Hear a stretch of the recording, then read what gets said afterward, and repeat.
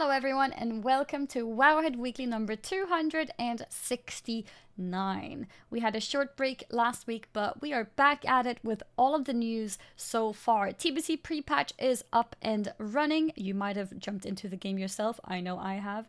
Start to preparing some of the characters for the launch of the expansion, which has also now been confirmed to be for June 1st, meaning we have quite a bit to talk about on that matter. We will also be touching on some other topics today. We have the IGN report, for example, that was making some really interesting statements on things to do with Blizzard. And then we also have some cool stuff to show off, the press kits as we have been sent by Blizzard themselves, and also the deluxe edition from TBC that is very worth talking about. Before we go into anything though, let me quickly introduce my lovely co-host. Wait, I didn't introduce myself. Okay, let me quickly introduce myself first. I am Annie, or also known as Annie Fuchsia, and I am a full-time streamer on Twitch playing lots and lots of World of Warcraft and sometimes some other games as well. And now I can introduce my lovely co-host Perculia with her very, very sweet cat who is currently on her lap. No shouting in here. There you go. I am Perk. Brightpaw is right here, being very cute and grabbing attention. And I am the site director for Wowhead, and we have been very busy with the surprised TBC pre-patch and launch release dates. So we're working very hard on updating all the guides and tools on the site for TBC and adding some new things like custom player names to the raid comp tool even today. So we'll be discussing some of the news topics over the last few weeks that we didn't address because I was too busy with TBC to actually do a show. But, we'll discuss, like Annie said, the IGN report, this press kit, some of the more spicy discussion prompting things from TBC launch, Blizzard industry news, and even a few PTR things because the day of the Burning Crusade pre-patch, we also had a PTR build because why not have one thing when you have two? So yeah, with that in mind, I think we'll discuss the industry news first, and then the PTR highlights, and then some of the classic pre-patch situation like this kind of ridiculous release date. Yeah, so So my little bright paw called Luna is yeah. very rarely on my lap. So now that she came in here, I wanted to quickly show her off, and now she's running away as she Oh. is being very independent as usual. Yes, Luna, it was very nice having you here. I guess that's all I'll see of you for the next hour. Um, but yeah, let's jump straight into things. So should we talk about the IGN report to start with, perhaps, or maybe some other things to do with the industry? Why don't we Where do you want to discuss the jump in? summer?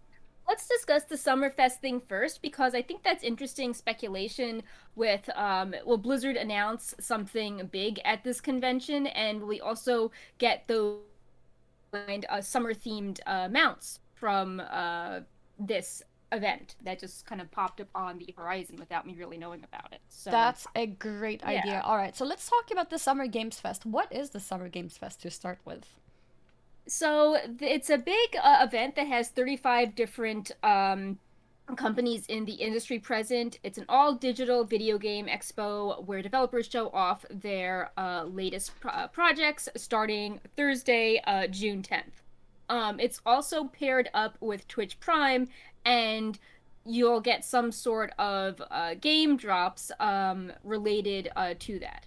So people That's are really interesting. wondering, Yeah, yeah. because So it's what's the like, what reward is going to Blizzard be? going to announce? Like, there's so many different studios present doing things: Xbox, Ubisoft, Riot, Activision, Blizzard, Gearbox, lots of different places. I think there's speculation that like Square Enix might there's like a mystery mount, and people are wondering if that mount will be tied to Summer Game Fest. Mm-hmm. So of course the first thing is um, what will Blizzard announce at the Summer Game Fest? Could it be something with World of Warcraft or a different game? Mm-hmm. And I wonder if they would announce the release date for 9/1 at this event. Yeah, because besides this event, we can't really expect anything else until Gamescom, perhaps? Or is there any other kind of online events that we could see before then? I mean, I don't. I think just Gamescom, and that reminds me, it's pretty obvious that there is going to be no BlizzCon in addition to BlizzCon Line because Mm-hmm. we've already, passed the period where they would be doing the ticket sales in April and May. Yeah, that's always in April and May indeed. So we definitely don't have a physical BlizzCon this year either. Even if things would go back to normal by that time, the problem is that the amount of planning that you need for these type of events goes so far that if there's any risk of it not being able to be pulled through, it would cost a lot of money. So it makes sense that they don't want to do this in case of things not being able to actually be booked properly. And I'm sure also people are still very hesitant on booking things too. So no tickets would sell, for the first time ever. Yeah. So it wouldn't be the So, greatest idea. But yeah, what can we expect? Like you mentioned, potentially the 9.1 release date or launch date. yeah. This show is on June 10th, which is in 2 weeks, around 2 weeks. Mhm. So the 9.1 announcement could definitely be there. Apart from that, I don't see anything else which is World of Warcraft related that could be announced there. Yeah, although it says that this year's event starts on June 10th and runs through July. So if I don't know, depending on when Blizzard does their thing, if it's later Mm-hmm. in the month, it could be like I don't know, like a 915 preview or something Potentially, mm-hmm, yeah. like a bit more But hands on yeah. something. Um, Yeah. but it would still probably be 9.1 related, and we can probably with high confidence say that they would probably not attend something like this just for that. So we're probably looking at some other games within Blizzard that's going to take a bigger spotlight. And with other games, what are we expecting? Are we expecting any kind of news on Overwatch 2? Or do you think it's going to be mostly focused on Diablo? We have multiple Diablo I titles think now being on the I mean, works. as we're covering in the IGN report, I think that Blizzard is really trying to go hard on Diablo. So I think that we could be getting more right paw with Diablo Yeah, at Luna, why can't this you be in my lap like that? my leg is falling asleep. No, Oh. Brightpaw, don't hurt me. No, no. Um, but yeah, I think that we'll be getting a lot of Diablo stuff and maybe like another World of Warcraft cinematic and a release date. Or if it's in Hmm. July, maybe we'll get 915 or 92 teasers. 9.1 could indeed come with a cinematic. That's a good point. That does make it more Yeah. exciting too. Yeah, like we didn't I remember at Gamescom when Blizzard had a presence there, we actually didn't learn too much new. It was just the Afterlives Bastion trailer and then the initial release date that got pushed back.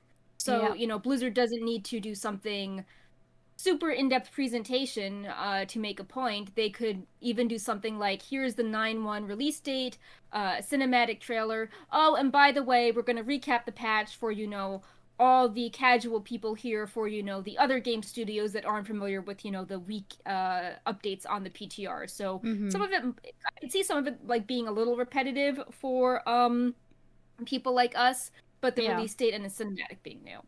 Mm-hmm. Do you think we can also expect some D2 news? Because so Yeah, far, what we experienced was the alpha, right? It was not a beta. I think that because D2 was so hyped with streaming and it only lasted a few days, that Mm-hmm. Blizzard could do a lot of goodwill if they announced like another testing Mm-hmm. phase or a beta where more people could try it out. I think that would make a lot of sense. Mm-hmm. I agree. I mean, I didn't think that I would play that much. Because first of all, it's an alpha or beta, which means that any progress I make is lost, right? Because it's not the real game. Right. But I found myself as soon as I created my character and started playing that I want to continue playing. It was nice, for a change. And my own experience was only D3, so there were of course a few things that reminded me of D3, but in other ways it was still very new to me. So it was a really nice experience. And if people have any kind of nostalgic tie to it, they must have enjoyed it even more. So Yeah, no, I think having some D2 news would definitely be really fitting right now for this event. I mean, Like it set records when people were streaming it, and we've been highlighting different models from the game, and anything we post about D2 is it's really hype and positive. Like it's not that's as fraught awesome. as World of Warcraft, just the Yeah. public response. So I think it would be smart for Blizzard to highlight some Diablo things. Mm-hmm. um Yeah, Diablo so sounds like a yeah. good bet for this show. Yeah. And it was also the focus of BlizzCon Line, as well. You know, like the WoW presentations were just like misscheduled, very basic, and Yeah. then Diablo has all these beautiful things and community events and lots of stuff going on. Since we know that WoW will be part of the Twitch Prime, or what do they call it nowadays? Prime Gaming Yeah. reward system. What if it's not going to be a World of Warcraft item? What if it's going to be Diablo? Well, the thing which was interesting was that in the first 905 PTR build, we data mined two mounts that were called, they were different Phoenix mounts, and the names line up with the colors of Summer Game Fest, and they're labeled as promotion Mm. mounts. So I think they're going to be Mm. related, and just to read them out, one is called the Sapphire Sky Blazer. These brilliant blue birds burn brighter and hotter than their orange cousins, though the origin of both remain a mystery. And then Fire Plume Phoenix tore a blazing sky through a wintry night, did the hawk with fiery wings. What future foretold, what story would unfold when the elements take to the sky and sing. So the And whole they will like mark this future stories. promotional. Yeah, Mm-hmm. yeah.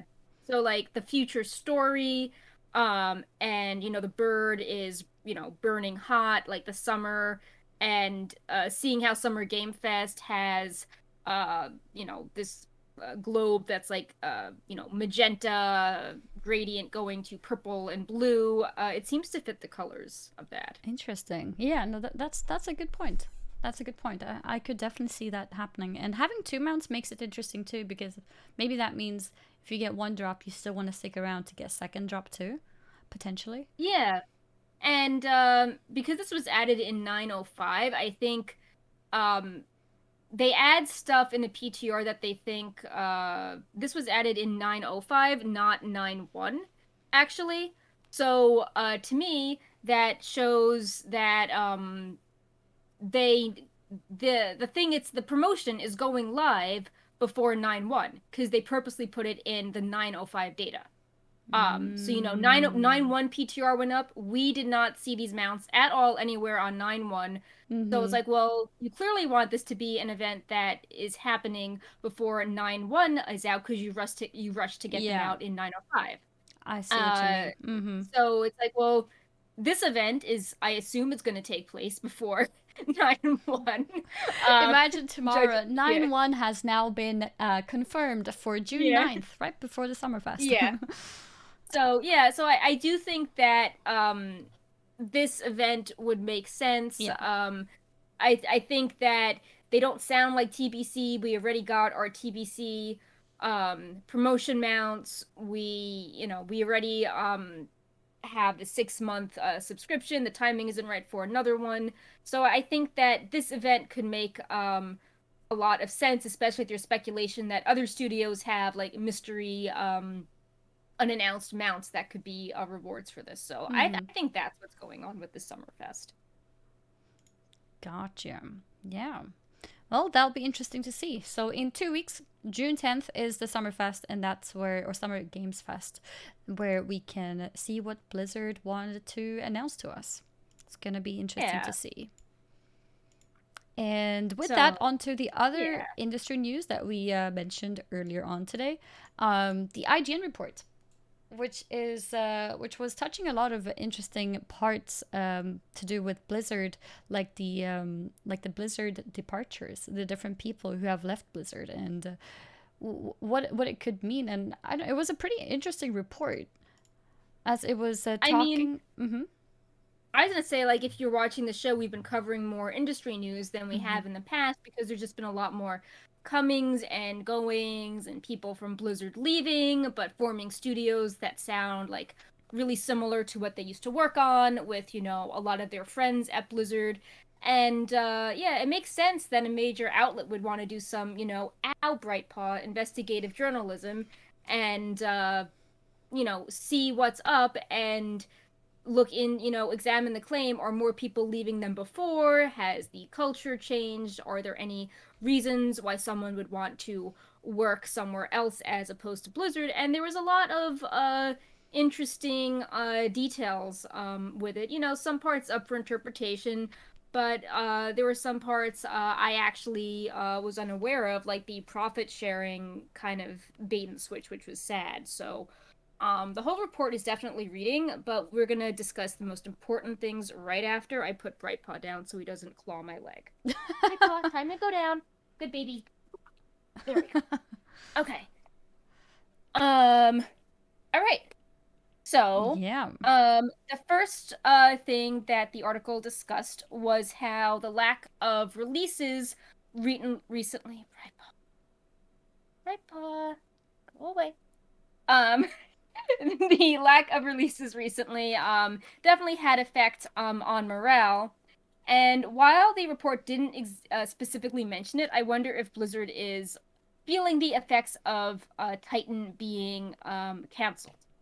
Yeah. Because Overwatch was great, and they talk about how Blizzard has lots of incubation projects starting up for games that may be developed, may not be developed, but then there was this gap. They have all these projects starting up, but they didn't have anything ready to turn into a real game after Overwatch, it seems. And that has led to a lot of company tension. Like, oh, these years are going to be lean because we don't have any game releases.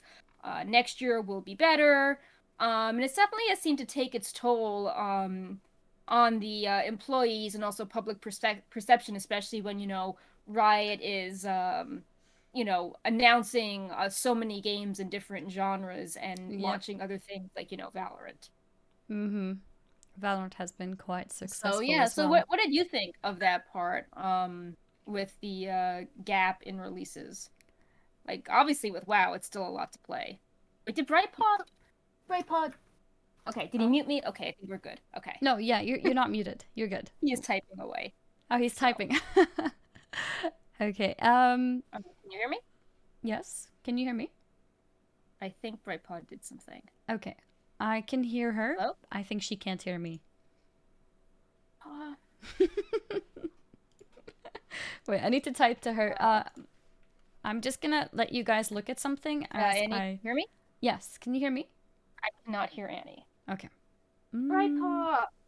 Okay. Give me a second. I'll let you guys look at a picture of Tyrande.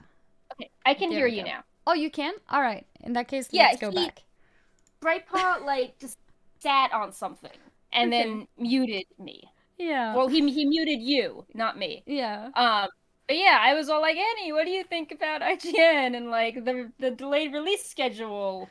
And Brightpaw was like, I don't want to hear your opinion. I'm just gonna like turn the sound off on you. Yeah. Yeah. So, Yeah. yeah, about release schedules and everything. I think whenever there is that kind of time where there isn't a lot happening, I can imagine being at a company that it becomes harder. It takes a toll on you, especially like you mentioned Titan as well. Imagine you're working on something, you're pouring your heart into this work, and then it's just canceled, and you can't even talk about it because I think a lot of those kind of projects, even if they get canceled and they're over, you still can't really share what it was meant to be about either. So it's just like a forever secret piece of work that you can't be proud of. So I can imagine in those moments when time windows where you're putting in a lot of effort into some work is then kind of not only garbaged but also in secret garbaged, so you can't talk about it. I can see how that can be demotivating and kind of difficult to accept in a way. I think it can probably leave a little bit of a bitter, taste in your mouth after that. And I can imagine that a lot of people who work at Blizzard, after going through these kind of ups and downs and having those periods of when there's not much being released, even if they're working just as much, that it feels less fun. At the end of the day, you want to spend time on something, and then you want to see it flourish. You want to see it be out there. You want to see people enjoy that thing. And maybe sometimes when your work can't get through that, you feel limited. And Yeah. maybe that is part of the reason why some of these people who've been working at Blizzard for very, very long decide that, hey, if I join a smaller studio, I'll feel more of that excitement, and feel more of that my work actually matters and becomes something, instead of just forgotten somewhere in a corner. Yep. No, no, no, Brightpaw, don't mute Annie again. He's about to hit that button. Move it away from Brightpaw, no. No, the keyboard is not a pillow. Oh Um, no. I was also thinking that, in that time period, Blizzard has not done very well, with PR. Oh So yeah. the things that they did announce did not go well. Like we had IGN reference this, the whole Diablo Immortal Oh. Mm-hmm. fiasco, where, fans really wanted D4, and then, Blizzard instead opened BlizzCon with Diablo Immortal instead, realizing in hindsight this was not the best idea, but it was memed super hard, and even though people are actually enjoying Diablo Immortal in the beta and it's getting good reviews, it just started stuff off on the wrong foot, how Blizzard didn't have much to announce, but the stuff they did announce was not presented in the best possible way. Mm-hmm. One thing though that I think this article could have done a better job with is they're talking about how there weren't very many releases, but WoW has actually been like pretty stable, and WoW Classic was definitely a boost to their users and monetization, and seemed more successful than they anticipated. So like this article is a lot about Diablo and Overwatch and overall Blizzard, but I think it's important to realize that even with the WoW's imperfections, it's been delivering stuff pretty regularly. And maybe one could even argue that if WoW was trying to stick to this deadline as opposed to also being delayed, that's why we see like, more bugs popping up at launch if they feel they have to stick to a schedule to get the content out. Yep. Mm-hmm.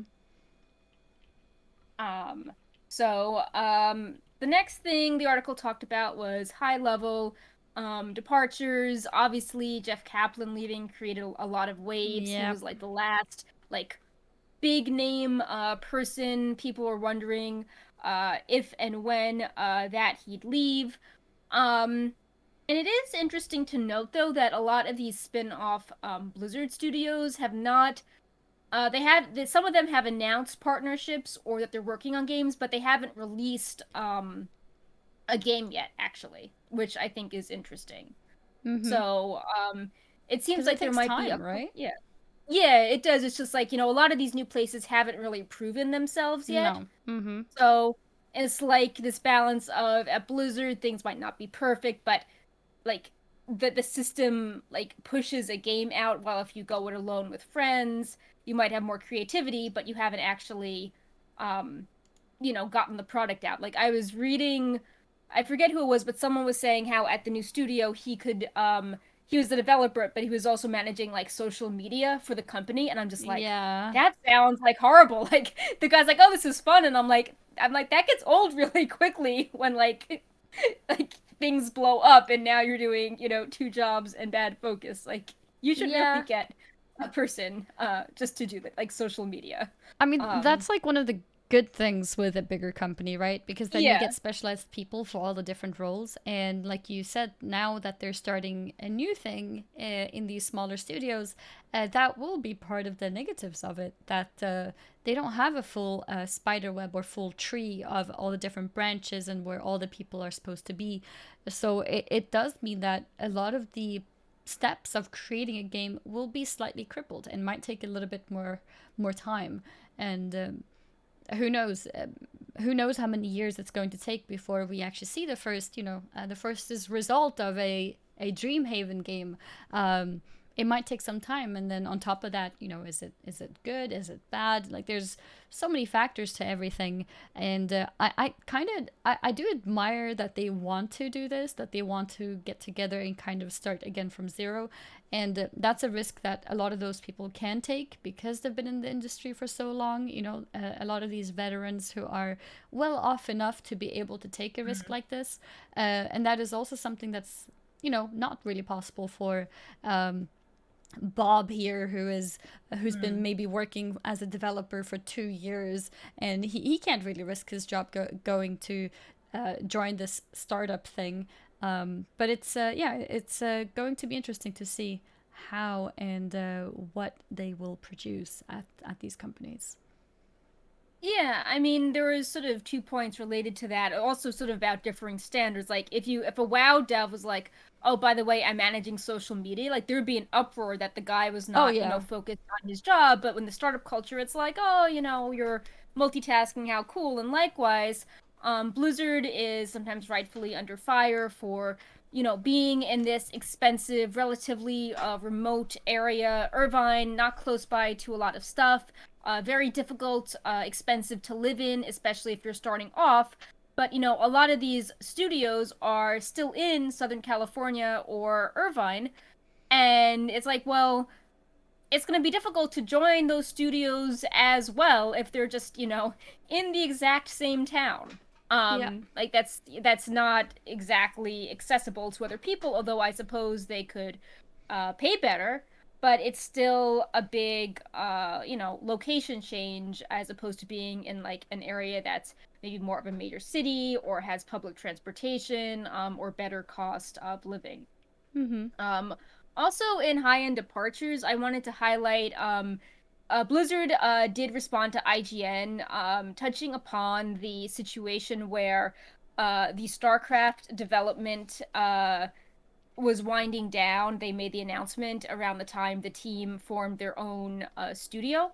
And they definitely said that, like that was kind of a coordinated effort that when they knew things were winding down, Blizzard was aware that the people working on StarCraft came to them saying that they were interested in forming up this other studio. And they were aware of those things and they left on good terms. So, it could be a That's also situation good.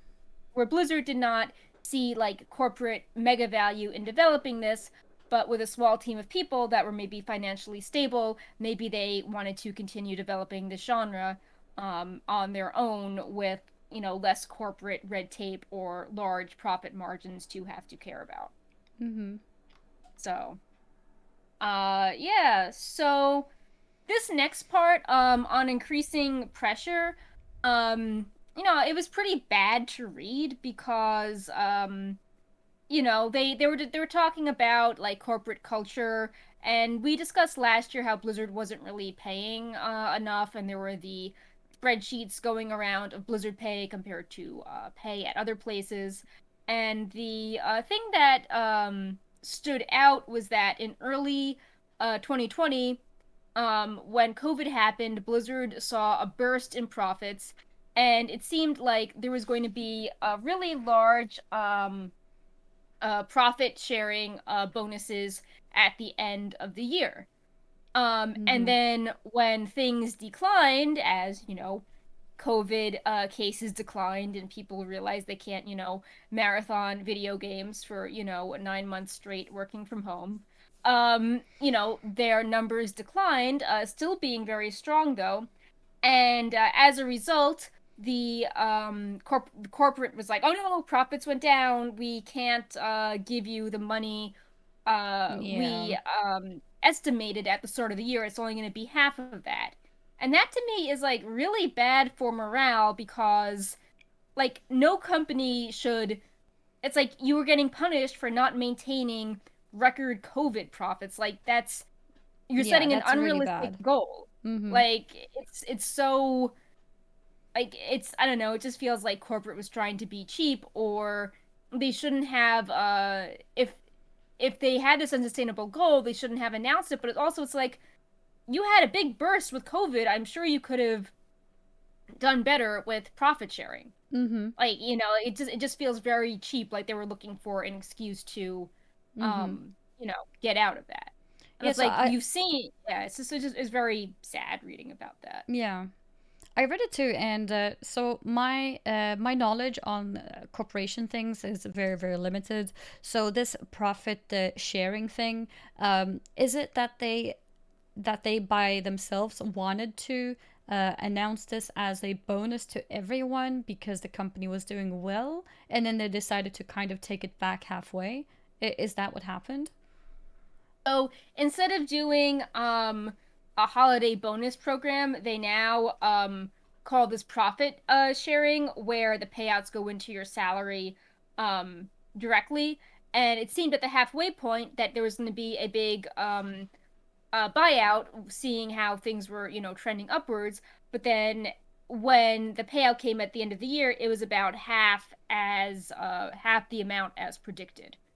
Mm. Um, And and and does and the then company have to make this prediction? I mean, I don't think they had to, but I'm sure there was, like, if your numbers skyrocket, people would assume, okay, I made X last year when Mm-hmm. we were this doing well, and now I assume Mm-hmm. to make Y because, we doubled.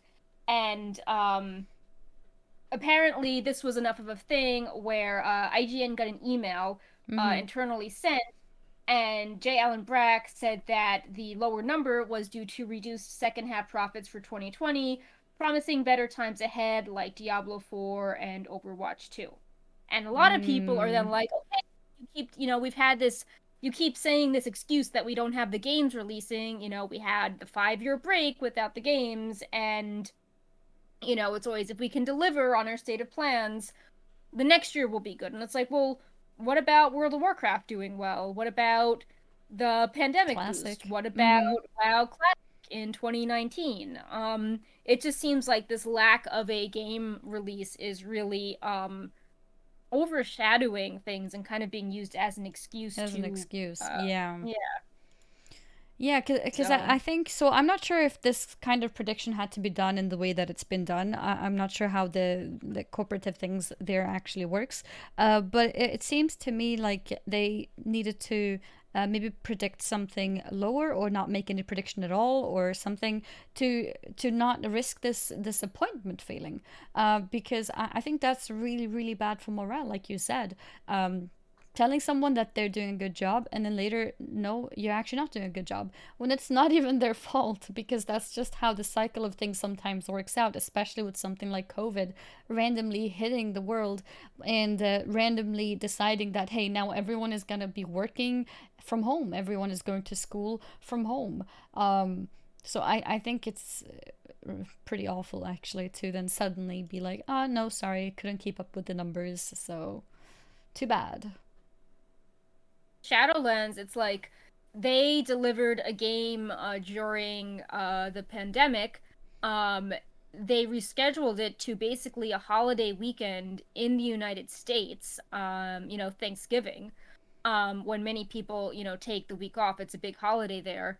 And imagine it must feel like really bad for a World of Warcraft employee to launch the game, have it do well, really push, to work to get this out over the holidays, and then be like, oh, you didn't, keep up this unsustainable, Yeah. growth, peak COVID from April. Like Mm-hmm. that would just feel very demoralizing, because the second Yeah. half of the year seemed like very stressful, Mm-hmm. for Blizzard employees. Yeah. So I just feel really bad hearing that. Like, with Mm-hmm. more experience with corporations, like I can sort of understand if Blizzard was planning something as like a salary bump in, say, like March 2020, and then when the pandemic hit, maybe they'd be like, oh, let's wait a few months, like let's see how this destabilizes the industry.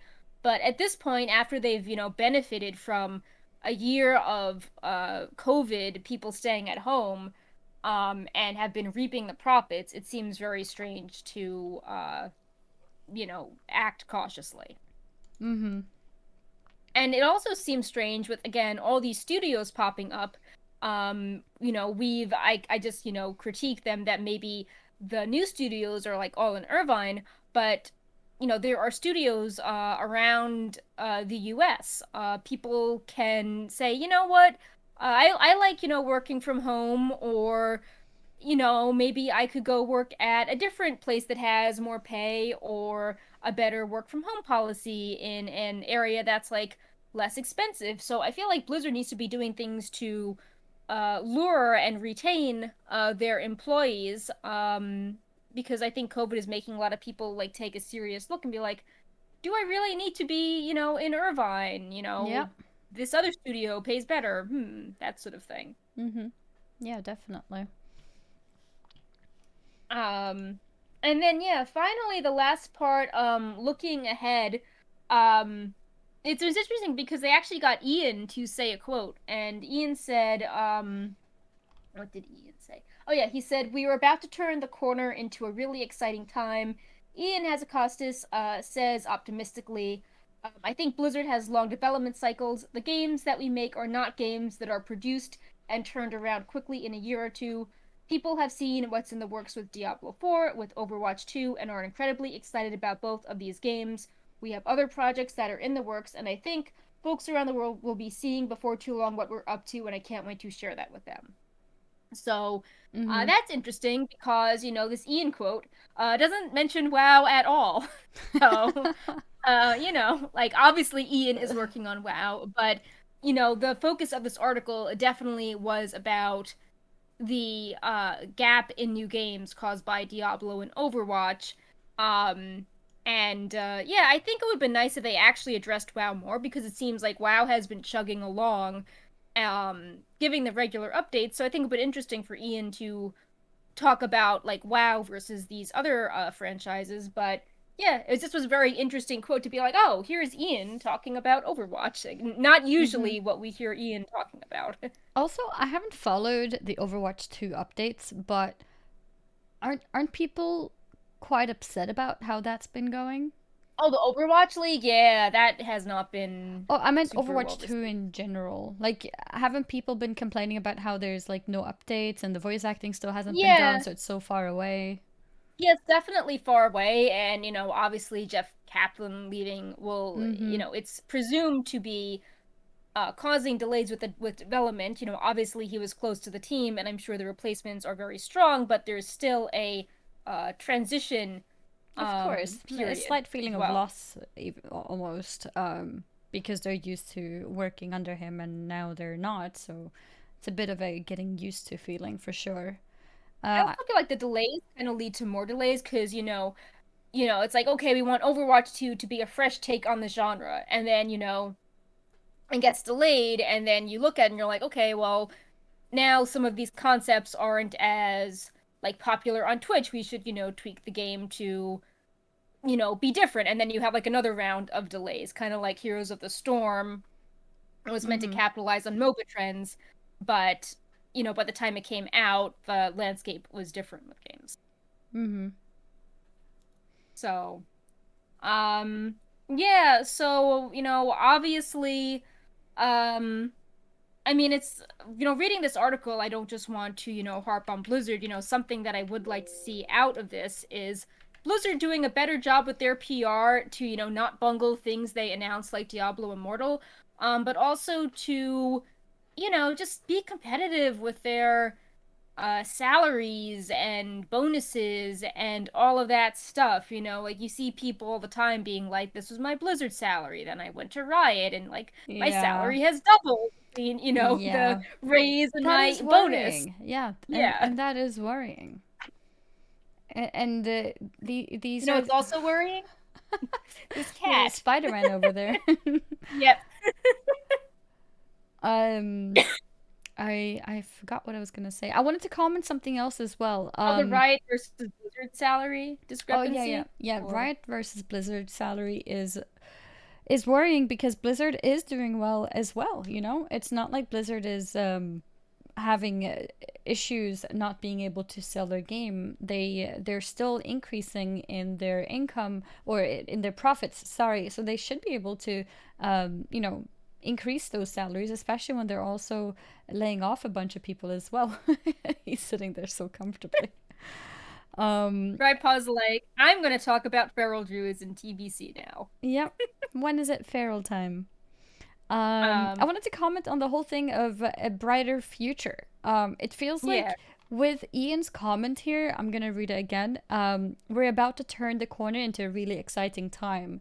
And then he comments the long development cycles, and he mentions Diablo 4 and Overwatch 2 and how people are excited about those.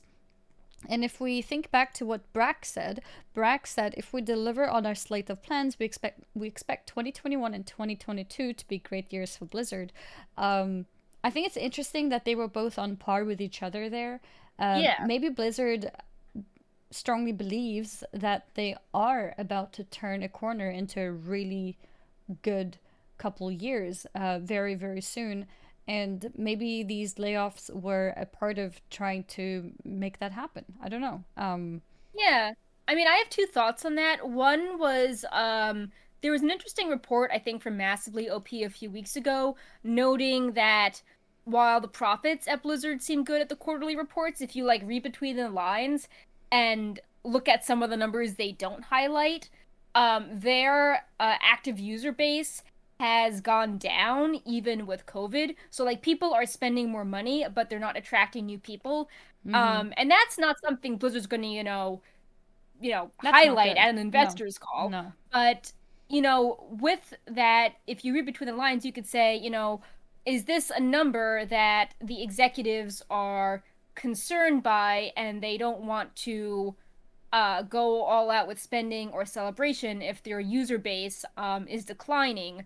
Like, obviously, the WoW updates keep the WoW players relatively stable, but a new game really brings in a rush of players. So you wonder if that's a metric that they really care about, that can only have a significant shift with major game releases.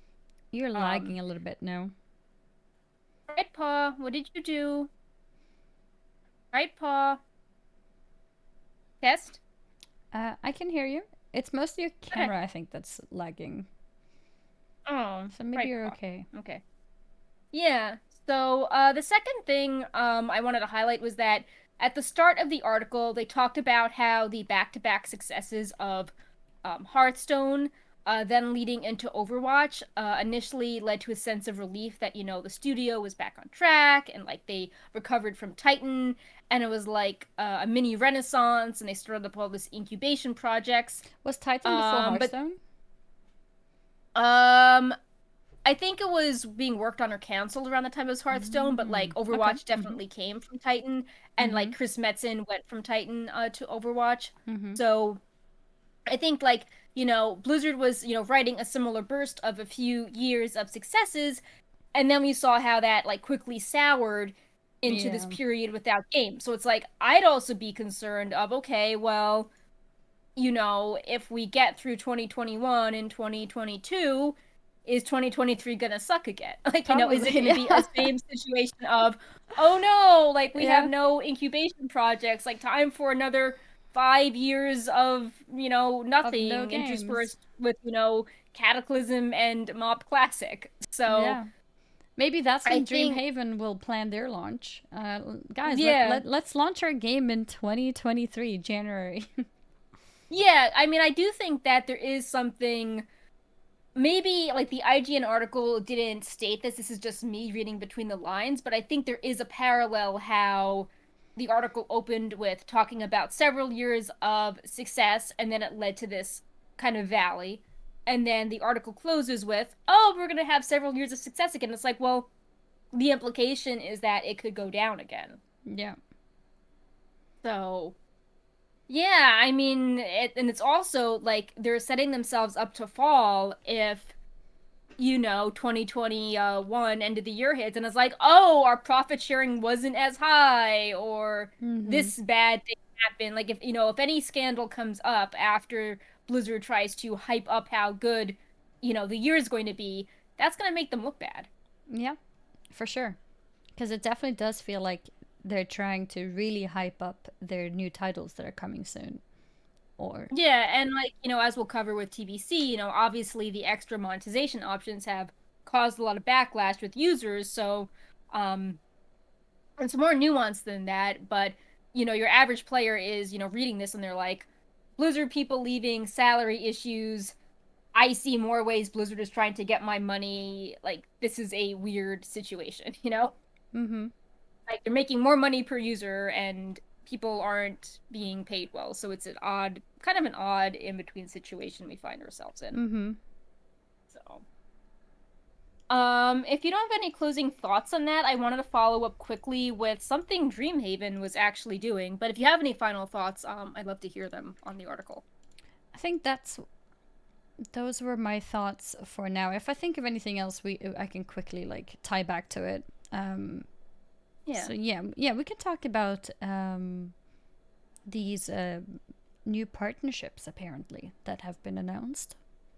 Yeah, so in the meantime, we had yet another ex-Blizzard studio pop up called Lightforge Games that was started up by people from Blizzard and Epic, including art director Glenn Rain, who he's just like does so much iconic work. Like he did the Battle for Azeroth figures staring at each other. He did so much box art, tons of Hearthstone art, tons of box art from past Warcraft expansions, like a lot of the key art for patches. So Mm-hmm. that's a pretty, iconic art style, a person that has loved Blizzard.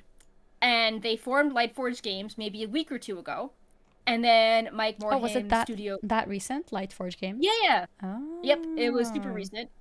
And then Mike Morhaime announced last week that Dreamhaven is partnering with small studios, including Lightforge Games. And the statement was, Oh. yeah, so I'm like, oh, it's like this like one big incestuous family. And it's one of the best parts of working in the video games industry is the meaningful friendships and connections we've made with fellow creators and players over the years. We want Dreamhaven to be a force for good, and we think there's an opportunity to forge worthwhile relationships with creators and share our collective knowledge and experience with teams that have similar visions and values. We are establishing a small number of partnerships with external studios that are trying to innovate and create great games. We're always looking to build new relationships, and by sharing our best practices and guidance, we hope to help these independent studios bring their dreams to life. So that's This is interesting so because cool. previously Dreamhaven announced their own little studios in the family, Moonshot and Secret Door. Mm-hmm. And now they are partnering with external places. So obviously everyone's like, oh, well, all the little ex-Blizzard studios, like, join I'll get together and join together. forces. Yeah. Yeah. That's really So interesting. yeah, so I was surprised to see that, but it's also like, maybe this is an alternate development structure that makes more sense than Blizzard's umbrella. Like this could essentially be a lot of incubation studios, under the umbrella of Dreamhaven, but instead of being controlled by a corporate entity, like they all have more independent control over their projects. But they Mm-hmm. sort of like band together to, I don't know, receive umbrella benefits or, some high level corporate things. But, they have their own studio and, Mm-hmm. maybe this means that, their project can come to life, maybe something that a Blizzard shareholder didn't want to approve. Maybe the smaller company is like, well, we can with the backing of Dreamhaven, we can now bring our idea to life that, was rejected by Blizzard. Yeah, So I no, think that's really exactly. interesting. I can definitely imagine that since a lot of these people have probably known each other for years, that they might have some ideas that they could never really put into reality. Maybe some of them were close enough to even make jokes about different games that they had as an idea, and they could never really make it happen. So in a way, this is kind of like um, a dream step towards more freedom, right, Paul? Um, and being able to create something that you were not able to create ever before. And it can this kind of thing can sometimes be a little bit of that situation where how the grass looks greener on the other side of Yeah. the I don't know what the exact phrasing is of it. Yeah, like yeah, that's the thing. Like the grass is always greener. Yeah, yeah. Okay, that's it. So it can always be a very like dangerous or kind of scary thing to do. But I think because a lot of these people who are behind this do have that stability from being so successful from before, that even if these things flop, maybe they're still okay and they feel like the risk is worth it. But it's interesting to see. I think it's always really good to have a competition and new ideas in general in the industry. So having these little companies get together as one from knowing each other at Blizzard, or I think they mentioned some of them are Epic Games alumni. How do you pronounce that? Alumni. Alumni. Um, Yeah. so it's nice to see them get together and potentially create something, and if not creating something, at least cause a little bit of pressure on other companies doing better, hopefully. Yeah, like if Blizzard's a monopoly, like Yeah, when monopolies you're a are never good. monopoly, you Mm-hmm. don't like innovate as much, No, but because you don't if need you to. know if this setup is better for games starting up than Blizzard's incubation issue situation, right, Paul? Then maybe Blizzard will change things up as well for how they start up new games. Mm-hmm. Um And but yeah, I sometimes mean people just to get note, tired of those long cycles as well, right? Like sometimes yeah. people want a bit more simpler ideas of games that work a little bit faster. I mean, people were talking the other day about how, if you think about it, for back in the day, how many raids actually were released in Classic in such a short time period, and how TBC came in a decent time after that, and then Wrath after that. Like content has. Been quite fast even in the past, and at this point obviously the game has grown to be something very different, but it's still interesting to make that comparison and realizing how fast things can be. And yeah, I was just reading the If anything, quote that uh, Lightforge Games. yeah. They say, we're a new all-remote studio of industry veterans on a quest to change how the world plays RPGs. Interesting. And the whole thing with Shadowlands was like, oh, the covenants have to be a certain way to bring back that RPG element to WoW. So kind of seems like they're, you know, trying to capture some of WoW's old school audience. Like, Mm-hmm. maybe not the audience that's like into Mythic Plus, but the one who's into the more traditional RPG elements. Mm-hmm. Mm-hmm.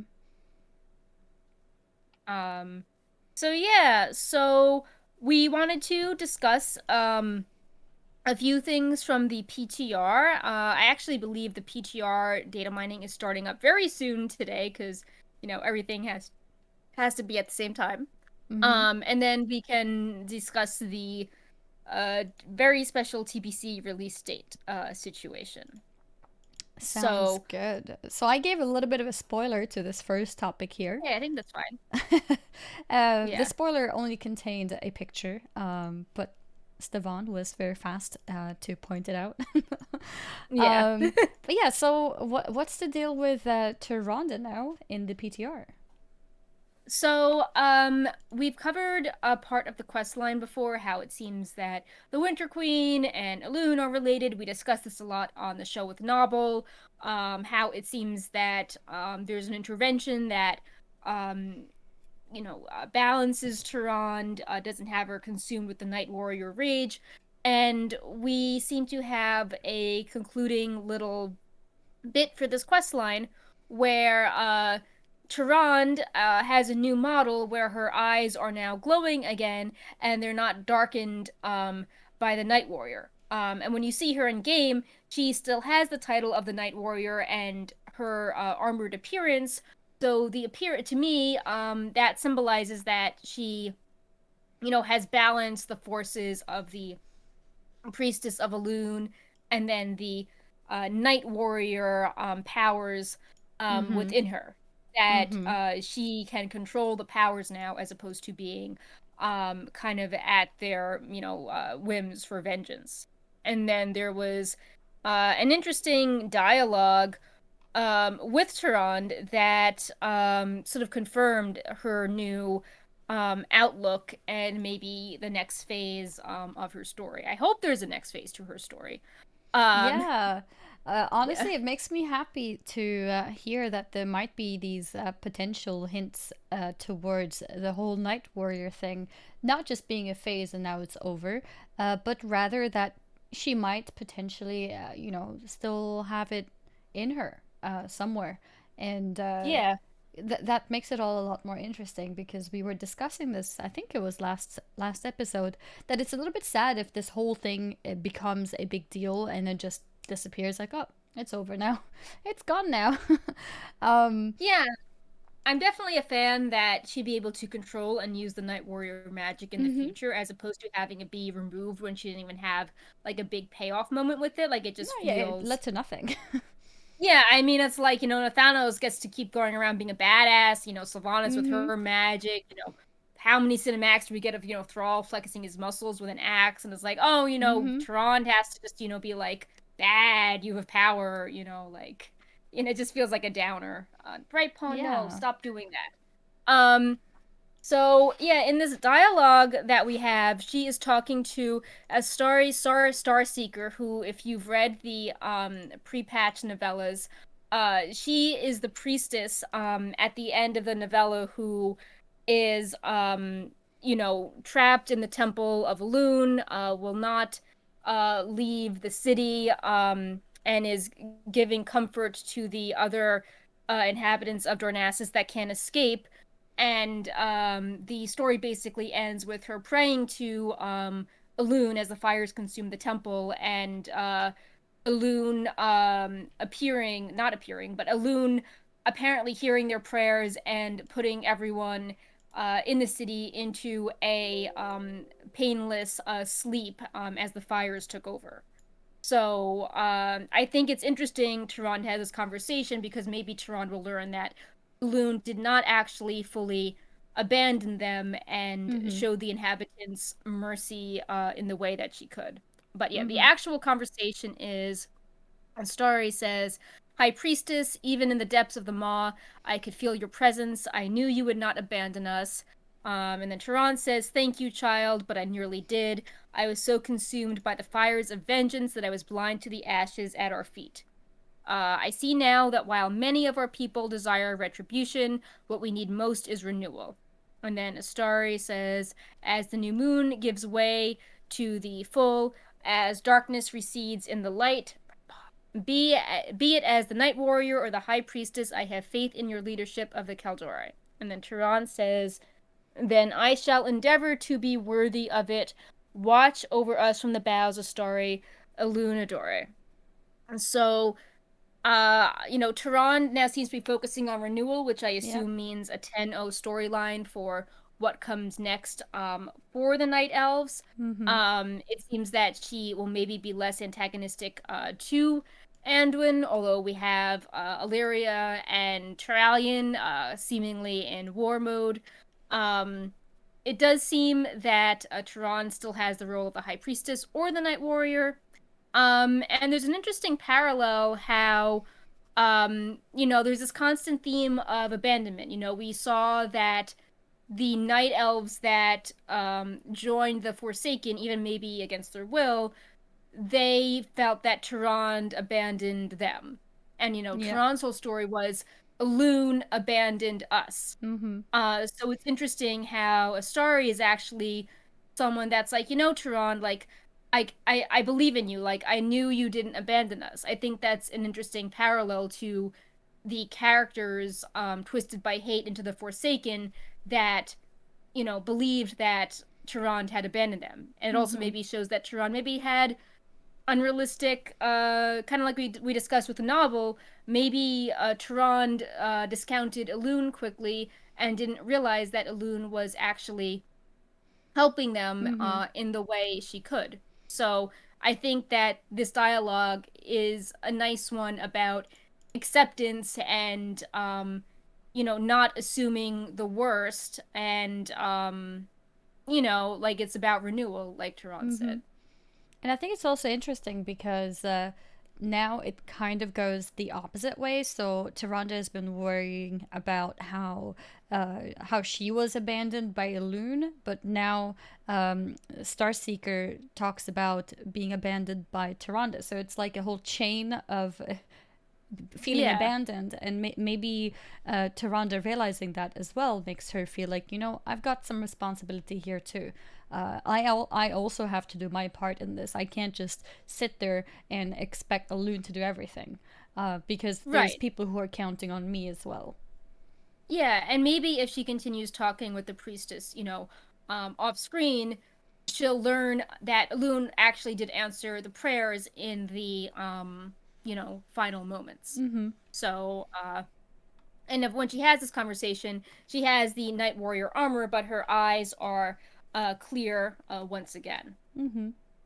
So, I think that's all very interesting. And as a side note, it's not in the show, but the Folk and Fairy Tales of Azeroth book is finally being shipped out to players. And officially, some people got it in advance. And there's some interesting stories. A side one is about like Uther having this vision um of a character that appears to be like a fantastical version of Arthas, like the character's name is an anagram of it.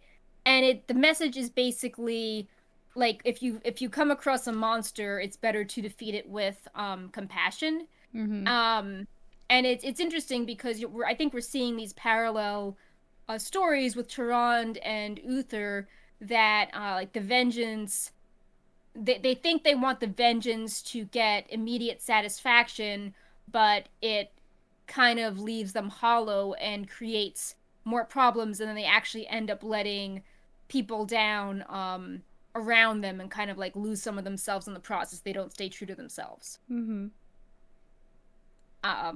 So we'll probably be discussing the book on the show next week. But yeah, just very interesting things in 9-1, how it's like, maybe it's like really satisfying to want to kill Sylvanas or, throw Arthas into the maw, but you know, take a step back, like see what would that solve? Like what other problems does that cause? Are you being More there for the consequences. people, around you, or are Mm-hmm. you like, becoming the monster that you didn't want to be, like how Sylvanas is sort of turning into Arthas and she used to hate Arthas, that situation. Now I don't think that Uther should like blame himself for what happened to Arthas, and I think that Anduin hasn't really done too much for the Night Elf, so Tehran should keep sticking up for herself and getting more from him, so they're not just refugees in Stormwind. But Mm-hmm. that does seem to be a common theme of maybe you shouldn't just react with violence, or like we saw in the Tehran Nathanos cinematic. Like Tehran wasn't satisfied killing Nathanos, like she still felt empty. Oh yeah. Like she Mm-hmm. wanted justice for Teldrassil, and Yep. she will get justice if the night elf culture is like thriving and whole again. Mm-hmm. Not by, defeating this one character. Mm-hmm. Absolutely. And then yeah, I guess the other topic that we want to cover, of course, there's like lots of things happening on the PTR, more technical things that we usually don't go into, but I think it's worth mentioning the Shard of Domination effects and the 3 set raid bonuses. This is like the system that's going to make raid gear the best for raiding. Mm-hmm. And they've discussed it in a few interviews, but basically, there are these gems. Well, they're like, yeah, they're basically like, if you know, like the mob gems that went into the weapon. I feel Yeah, like this like is very specialized inspired gems. by, yeah. Mm-hmm. So you can put these In special effects, sockets. yeah, into the domination sockets, Mm-hmm. and you can, I think, equip up to 5 of them. Mm-hmm. And if you have all 3 shards of domination of a single type, you will get a special bonus that I believe only works in the Maw, which means, Torghast as well as the Raid. So Yep. that should solve some of the problems caused by corruption where, items from the raid were like leading to OP situations, in arena or the outdoor world. But I still Something, think even the single gems or the single like the single pieces I think can still be a problem. yeah. So the single pieces can still have balancing issues. Mm-hmm. Um, and the other thing is that people are concerned that you might need to now shift your legendaries around if, say, for example, like you always really like this one legendary, but it conflicts with a piece of gear that has domination sockets. So now you need to, make a different legendary and, level it up from scratch, level it the next, because there's two more ranks coming with legendaries. Mm-hmm. Um, and just shuffling things around Yeah. I don't like to, that. then it's, yeah. Mm-hmm. So I feel like people, because the system is in its infancy and a lot of this is based on data mining and it's not totally on the PTR to test, there's a lot of worry surrounding the kind of gear chaos this could cause. And it's like, Mm-hmm. yeah, Shadowlands has been out forever, but it's still players, of course, still want to you know, prepare Of course. and Try to optimize. obviously if you're, if it's like week 1 or 2 of a patch, if you're, trying to balance your domination armor with what legendary to upgrade first, like, you could be at the mercy of some drops. So, Mm-hmm. um, I know Blizzard did a few interviews in early May, and I do believe they talked about Shards of Domination a little, but it was like, oh, this is coming soon. It wasn't a full deep dive on it. So I Yeah, it think it was new might be good information. Mm-hmm. when like it's actually up and testable if Blizzard could like circle back and do another interview on community concerns about this system. Mm-hmm. 'Cause Because it I, seems I do like still think, yeah, especially if you get a rank 5 version of these, I think a lot of people doing Mythic Plus and PvP will be very interested in them. So it's still a little bit worrying if they are trying to do the thing where, PvP gear is best for PvP, PvE gear is best for PvE. I think having high item level with these gems can still cause somewhat of a problem for yeah. some And people. then of course, there's the whole hotfix situation like we saw with corruption. Like, oh, this weapon had a corruption effect and it wasn't good, so I shorted or, passed on it, and now this hotfix made it OP. Like you could Oh, see yeah. something similar to gems. Like I, bought and socketed these, this shard and now it's, you know, drastically changed, so I want a different shard. Like testing the strength of them. I agree. Yeah. Yeah. So, yeah, I mean, I think that this is like clearly like the evolution of the corruption system, like a special patch specific gearing system, Mm-hmm. and they're trying to improve on that by not having all of it be usable in all content. But yeah, obviously would like this to be fully testable on the PTR and have some more blue posts on this as opposed to just like, oh well, Mm-hmm. we thought data miners would, find something. Yeah. But yeah, so Also, that situation is coming along. the whole situation of potentially crafting a legendary that's in the slot where you now want this socket on feels Mm, very punishing because yeah, it's kind of like when we, halfway through the expansion learned that we're going to get a legendary cloak. So suddenly our really good cloak with exactly. an amazing corruption is suddenly useless. Mm. It just feels bad. And I don't know why Blizzard doesn't think of that in advance. Like when it's Yeah, within the same expansion, I kind of expect Blizzard to be thinking about that between the different patches. It makes me wonder, was this system created after the expansion was out already? I Because feel like it people, was a band-aid reaction, like, oh, yeah, we realized like how they rushed to do the Mythic plus Valor thing. mm-hmm, It seemed they realized we that need there something for was raiding, quick. issues. Yeah, no, it felt like, oh, Mythic Plus is in really bad shape. Push out Valor points 905. Mm-hmm, And then we gotta, tweak. We know rating is an issue as well that's gonna take longer to solve. Let's do something with that. mm-hmm, Um, I also feel like maybe this is just me worrying seeing how launch went, but I feel like since Classic is super rushed, which we'll discuss next, I would be worried that Blizzard would try to have 9-1 meet a quarter 2 goal. So like the start of the patch is available right at the end of June, and then the raid is in July. But the Blizzard stakeholders still think it's June. And the patch is going to go live before these raid items are not fully tuned, and there's Mm-hmm. going to be a lot of behind the scenes hot fixes and like wild changes going on when the start of the patch is already live. Like I would be concerned about that. Like how we saw the Covenant abilities receiving changes, the day the expansion went live. Yeah.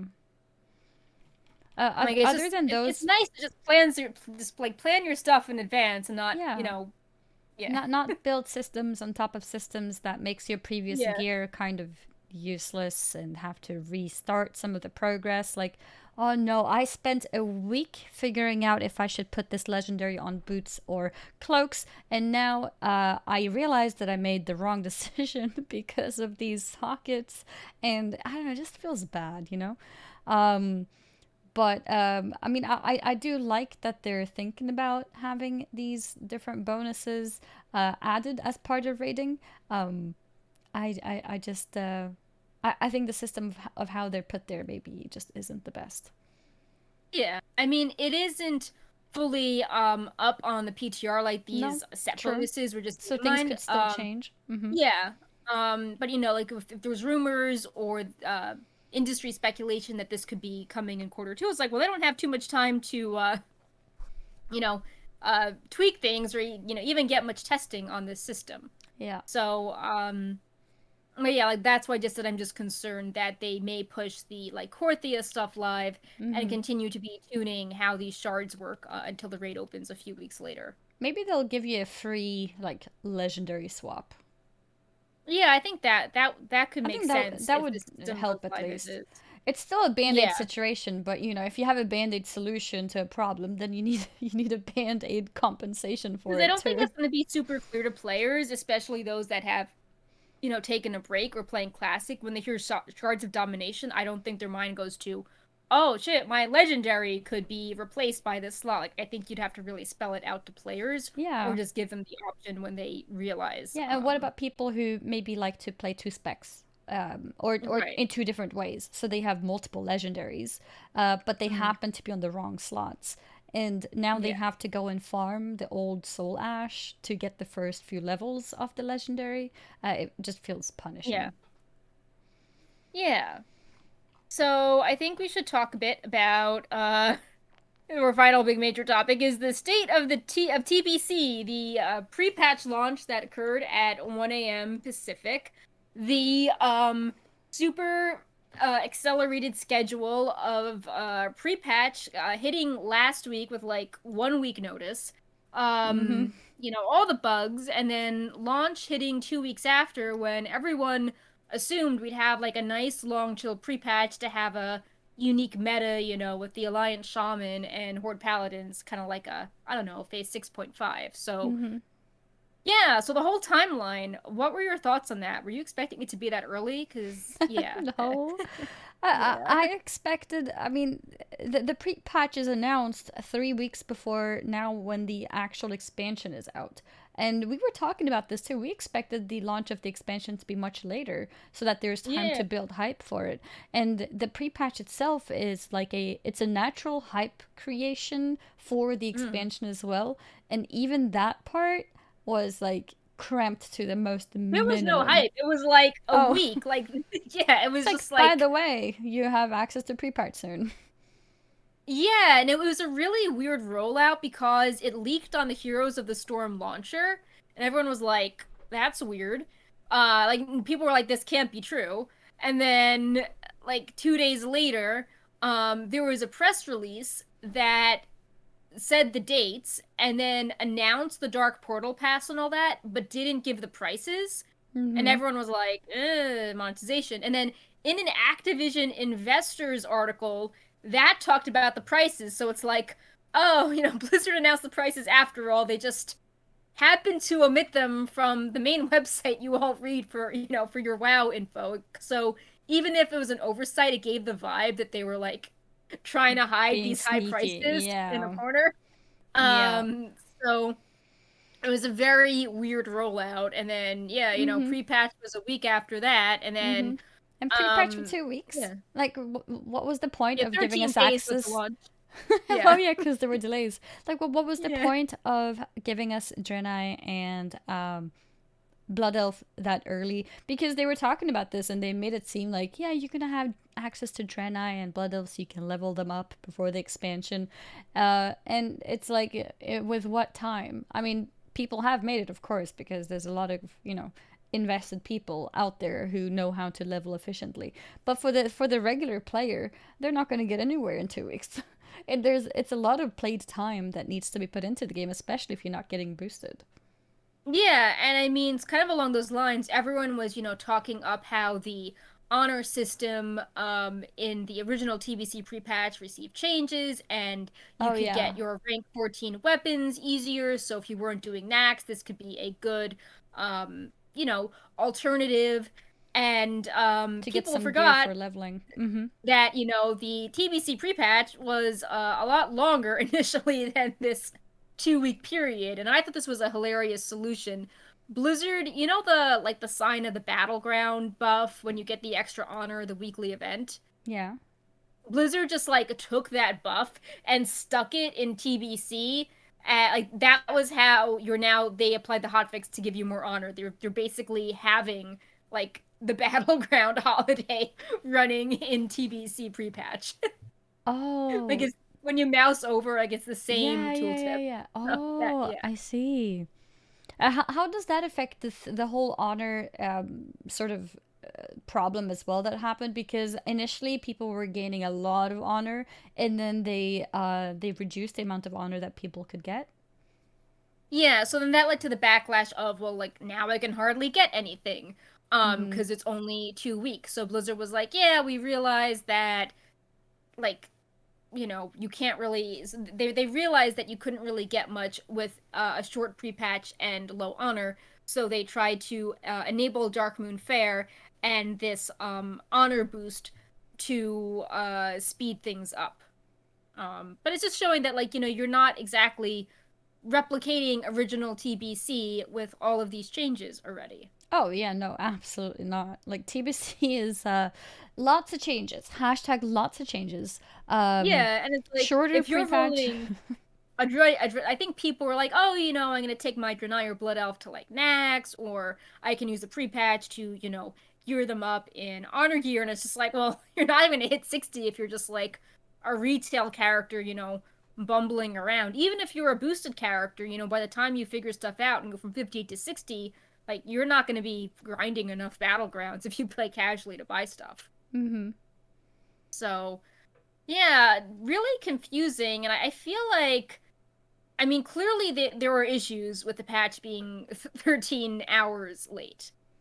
Yeah. And it definitely feels like Some people this put on their was, stream to get ready for it, and then we're up the entire time. yeah. Uh, I obviously don't know, but it feels like an executive or someone was like, this is a good time to launch because people can then play pre-patch over the American Memorial Day holiday. It definitely feels that someone wanted the game to launch now, and maybe the people working on the game would have preferred it to be a bit oh later. yeah. Oh yeah. I mean, there's no way they So planned it like this initially, right? Like, there's yeah. absolutely no way. Because if they did say this, they wouldn't tell us that we can level our shamans. I mean, not shamans, our blood elves and Draenei's, because that's a huge bait.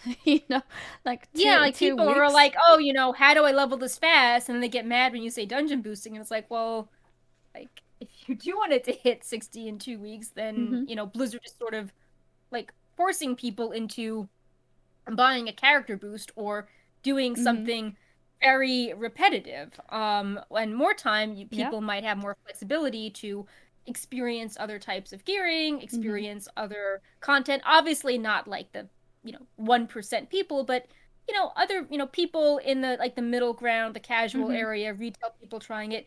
They might feel less pressured to do the optimized grinding Yeah. to hit max level in gear. Like TBC, June And 1st is not a bad time. It's been a while since Next came out and everything.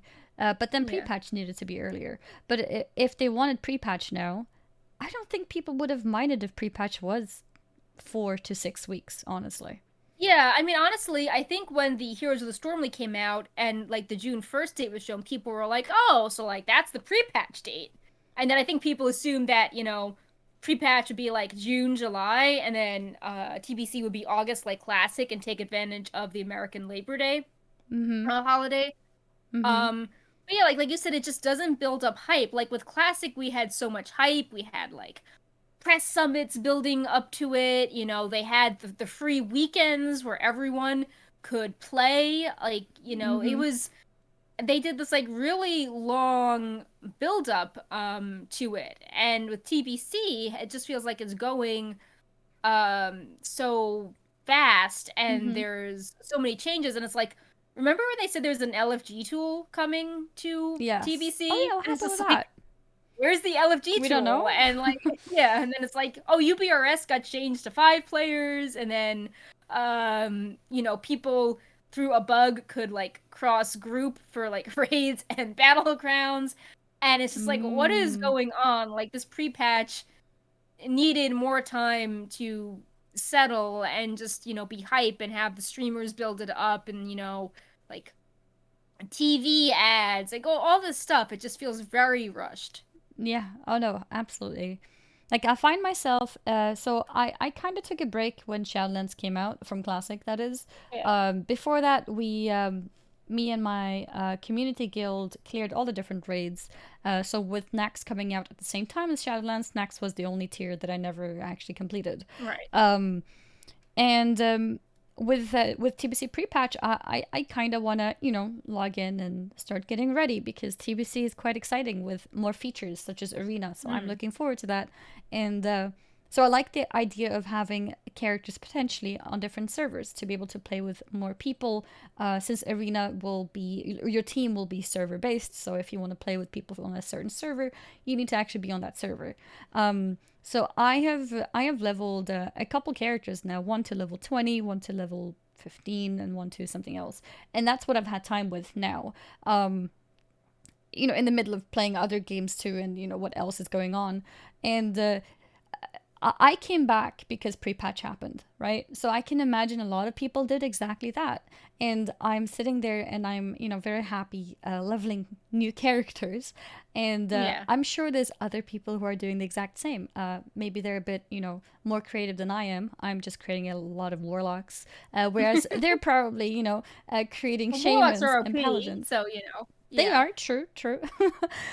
So at least my class is doing good in TBC, so that's nice. Um, but I can imagine people wanting to just level and then feeling like, well, okay, I guess there's no time to level. I guess I'll buy a boost, and like Yeah. buying a boost isn't terrible, but if you had time to level also, you might have then ended up playing two characters potentially.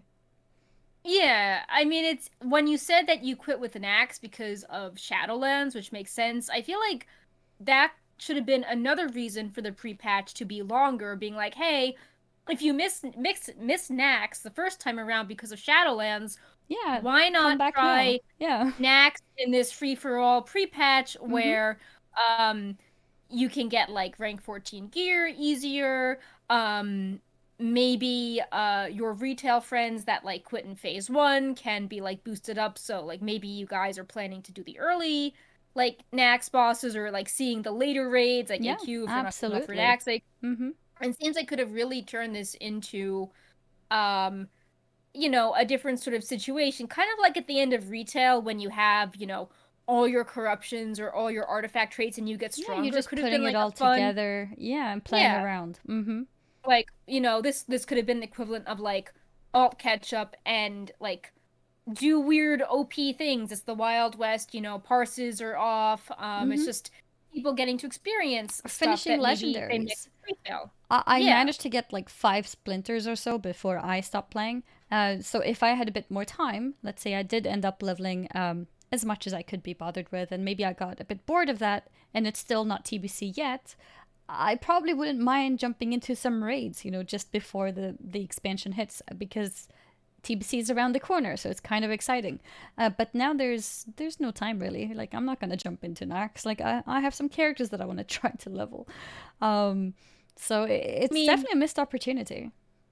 yeah, and like whatever the opinion is on boost, like I do know a lot of, retail characters that not really play classic are like, oh, there's nothing to do on retail, as a guild, um, like let's try out classic as like a fun activity. Mm-hmm. And maybe those retail guilds that are bored with Nathria, if they had a little more time, would have started doing classic raids in the interim. Yeah. And Mm-hmm. like if you turn the boost situation into a win, like if it's like, well, the boost itself is contentious, but if they actually have time to explore the game and get hooked on doing things in classic, that's a plus. um Mm-hmm. it could have been. Yeah, it just feels like this was kind of I don't know. It definitely feels like an executive, like a year ago, was like, TBC will occur on June 1st, like hell or high water. And it's like, okay, well, this doesn't quite make sense. And yeah, just, definitely feeling sad. Feels like lots of missed potential there. Mm-hmm. And I think Blizzard themselves kind of also did think that we're gonna have a longer pre-patch with the announcement of, oh, you can level during the pre-patch. Yeah, the way Um, it was all advertised mm-hmm. definitely made it seem it was going to be, pretty different. Mm-hmm. So, but yeah, we Yeah, should that's what's going on probably, with TBC. Oh, we have a few more yeah, things on TBC actually. Yeah, we should probably just discuss the whole like pricing for the deluxe edition and how Yeah. the character boost got lowered and the whole like 6 months now comes with the classic thing too. Yes, So more obviously, monetization on TBC. yeah, so the deluxe edition is, $70. It comes with the two mounts and the character boost. And some toys that are only used in TBC. Seeing a lot of pushback on that because people are like, I don't even get a game with this deluxe edition. Like, I just get some random assortment of stuff. And it feels like they were trying to take advantage of Shadowlands players, making them kind of pay $70 for a mount, even if they're Mm-hmm. not interested in Classic. Mm-hmm. So, that felt kind of bad. I think it might have been interesting if they wanted to include Shadowlands in like the base edition to get the classic crowd to maybe, I don't know, try Shadowlands out. Maybe that could have been interesting for like cross uh game relations. But yeah, I mean, I think when we hear deluxe edition, we always assume that means, get the game and stuff, and like this was just the stuff. Yeah, because the game is already kind of there. So Yeah. I definitely feel that $70 was um a bit high for this. Um Normally, like you said, when we have these deluxe editions, it's including the game too. So you're kind of saving on that department. But now the game is already free, so you're paying $70 for the additional things. So in this case, it's the two mounts, one for retail, one for classic or TBC, and then you get the toys as well. And I believe you get 60 days of game time. And You know what I just realized? mm, Don't they do stuff? Oh, that's just BlizzCon Online. I was just like, sometimes they do rewards in other games, and this didn't mm-hmm, have any of that. no, Like this, so that's why it really feels it feels like on the really, small side. yeah, Yeah. it feels really bad. Honestly, it's a very expensive deluxe edition. Um, I think the Shadowlands deluxe edition is it the same price? I don't Well, they had remember the now. three tiers. So like Yeah, there they did was, have the there was three like the tiers too. epic, True. heroic. So you can be like, oh, I want the mount, you want the transmog set. I Mm-hmm. think a lot of people, when the images were first data mined, that people were like, oh, this person's on a mount. I don't know the armor set. Do we get an armor set with this too? Yeah. So I think people were assuming they would get that. It also, with this imp in a ball situation, seems Oh yeah, to they came out of be, nowhere.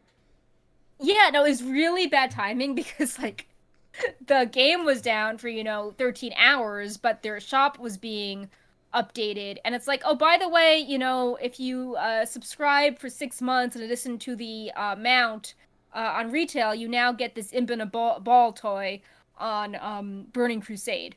Yeah. Yep. So everyone was like, oh, like, thank you for this extra monetization opportunity while your servers are down. Yeah, it just feels so bad, you know. It's a classic game.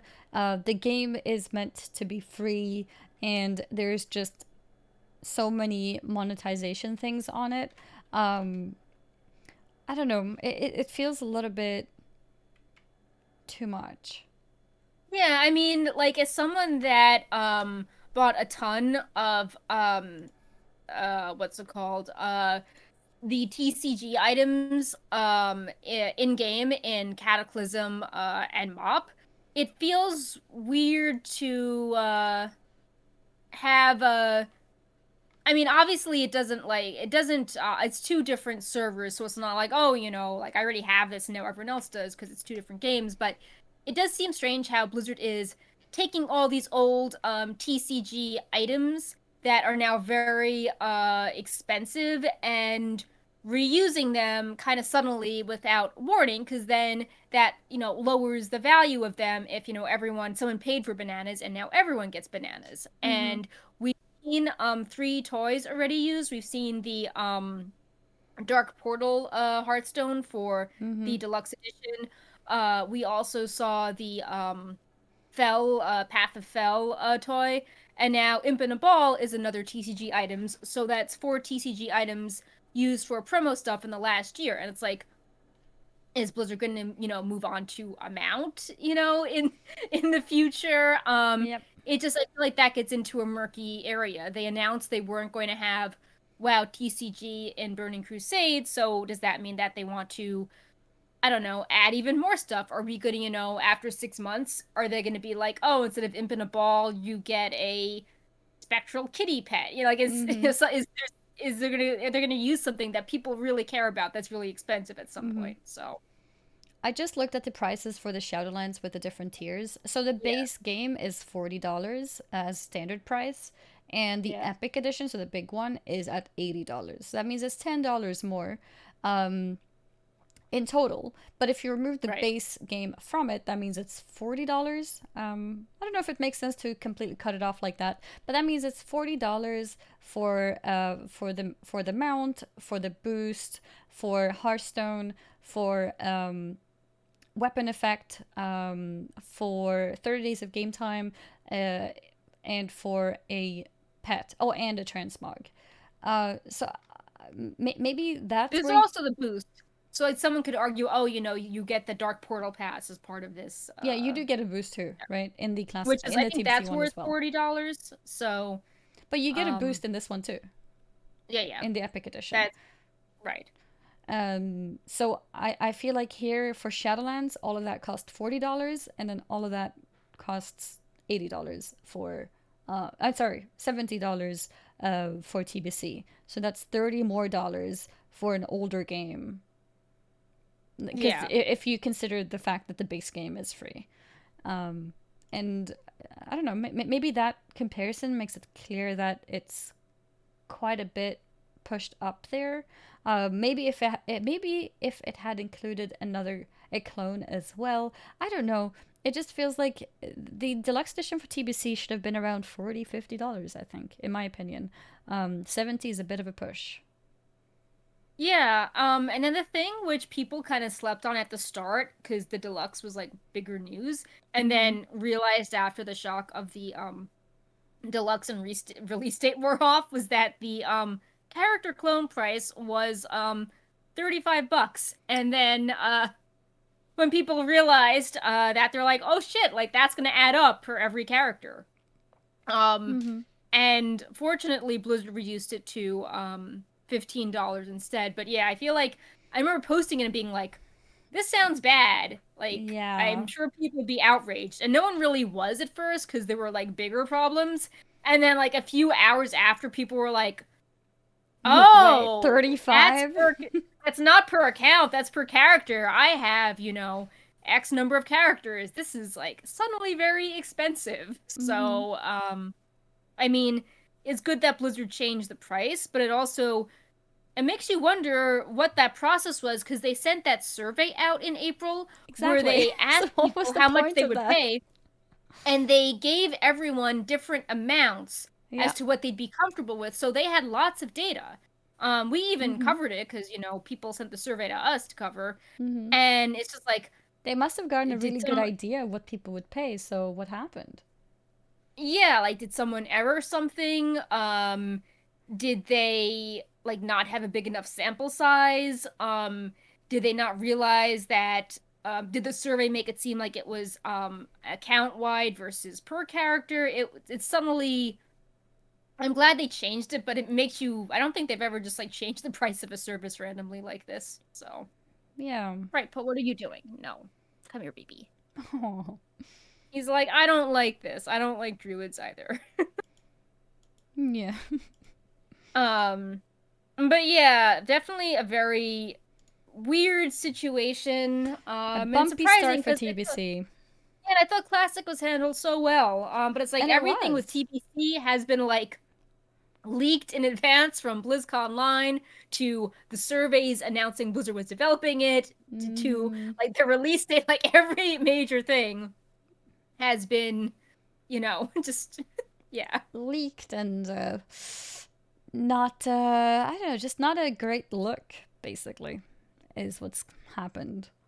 Yeah, like even the pricing, like I've learned Yeah. about none of these important things from Blizzard's own World of Warcraft website. Yep.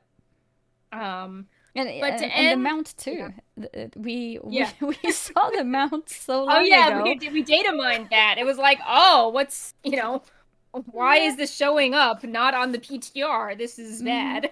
Mhm. Um, But yeah, to end on more of a positive note, speaking of things people wanted to buy, Blizzard sent me this cool press kit box, Oh. which is cool Mhm. because I didn't get this for Classic, so I'm happy I was included in the TBC group. And when I Oh, you're posted still pictures missing of the this, classic one? yeah, I think I got sent like the little balls, Mhm. like part of it afterwards.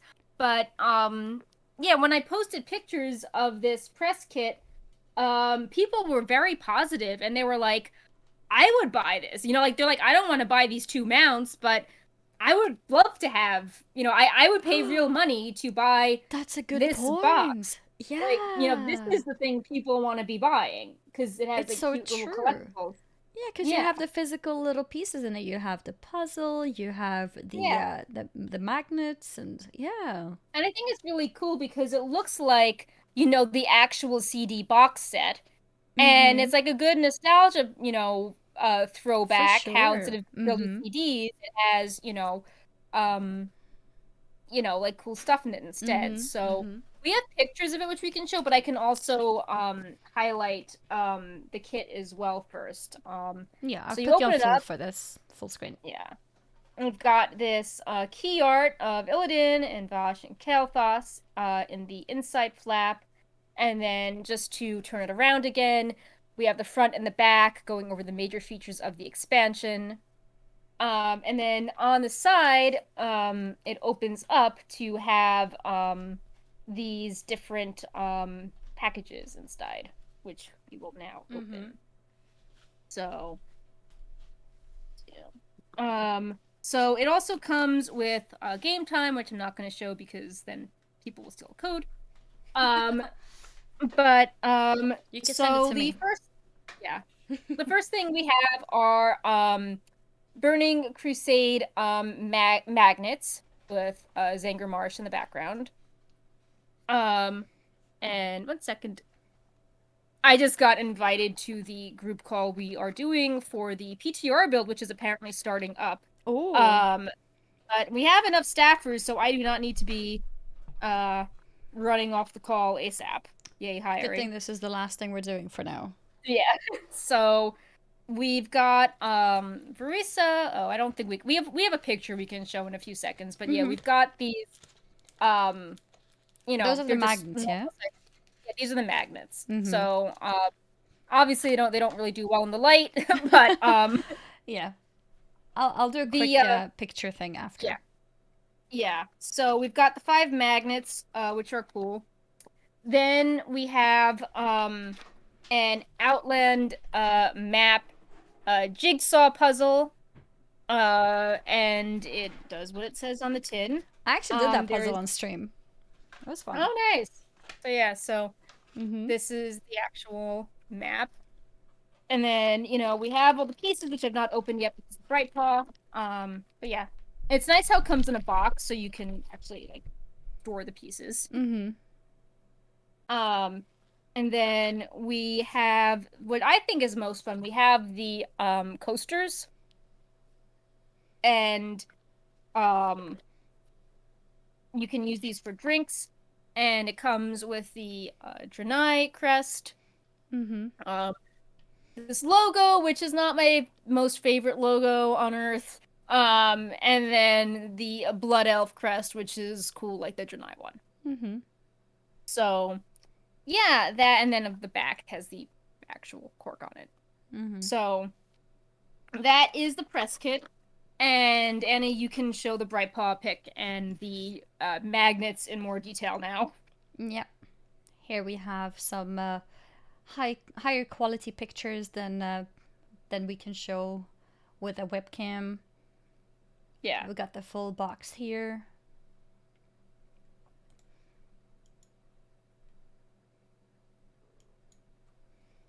I'm gonna speed this up a little bit. There we go. Oh, so these were the coasters.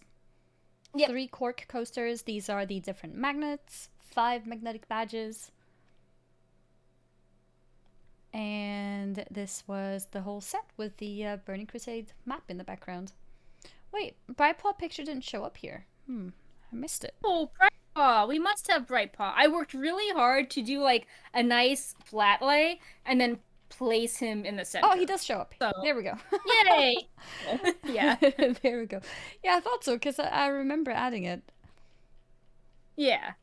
All right. So, yeah, and here you see the map puzzle again, and the 3 boxes next to each other. Yeah, I thought the rotation of pictures was done, so that's why I was confused. But no, it was still rotating. yeah. But yeah, so I mean, I think this was a really nice box set. And, I know that we've been critical of some things, some teams that Blizzard did, or maybe not even Blizzard, but higher ups demanding a certain date. But I know that, making stuff like this, SAS has a lot of merchandise. Making things takes a lot of time. And, someone probably went out of their way to get these boxes made, like all the details are very nice. It's not, even the packaging inside isn't plain, it's all branded with TBC. And it was really nice that they sent these kits out and didn't cut back on that. And it was really nice to be included because I think with Classic, it was sort of like the situation where the people in EU get the cool artsy things like the Classic press kit and then the Covenant artwork, while yeah, I still can't believe you guys didn't get that.